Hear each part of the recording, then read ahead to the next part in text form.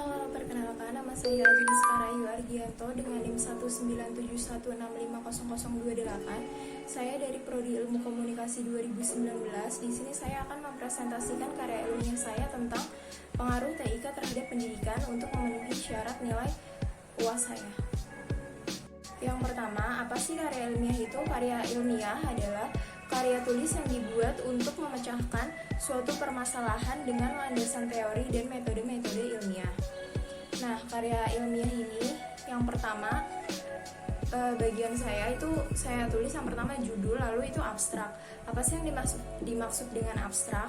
Abstrak adalah sebuah ringkasan isi dari sebuah karya tulis ilmiah yang ditunjukkan untuk membantu seorang pembaca agar dapat dengan cepat dan mudah untuk melihat tujuan dari sebuah tulisan.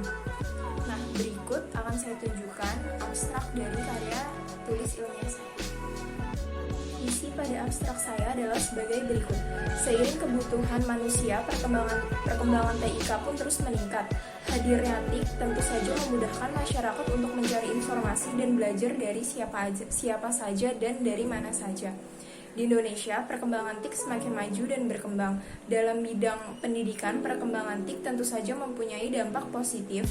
Sebab dengan bertumbuhnya teknologi informasi, dunia pendidikan mulai menunjukkan perubahan yang bermakna. Dengan hadirnya TIK bisa mempermudah kita belajar serta memperoleh informasi yang diperlukan dari mana saja, siapa saja, dan kapan saja.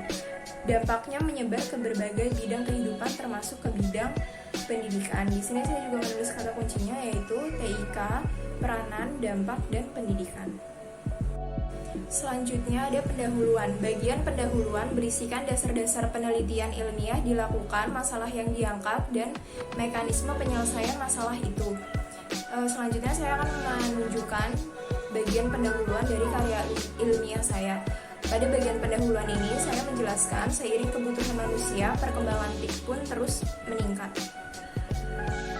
Selanjutnya ada isi dan pembahasan. Bagian isi dan pembahasan ini bisa terdiri dari satu atau lebih bab. Jumlah bab pada bagian ini bergantung seberapa pelik pembedahan dan pembahasan dari bahan penelitian. Berikutnya saya akan menunjukkan tentang isi dan pembahasan dari karya tulis ilmiah saya. Pada bagian isi dan pembahasan, saya menjelaskan beberapa poin. Yang pertama, perkembangan TIK di Indonesia. Yang kedua, pentingnya internet. Yang ketiga, pembelajaran distance learning merupakan salah satu metode yang sudah diterapkan. Yang terakhir adalah peranan TIK dalam pendidikan. Bagian selanjutnya yang terakhir adalah kesimpulan. Bagian kesimpulan berisikan kesimpulan dari hasil analisis pada bagian isi dan pembahasan.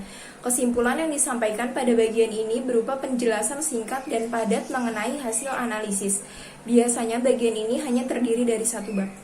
Selanjutnya saya akan menunjukkan hasil kesimpulan dari karya tulis.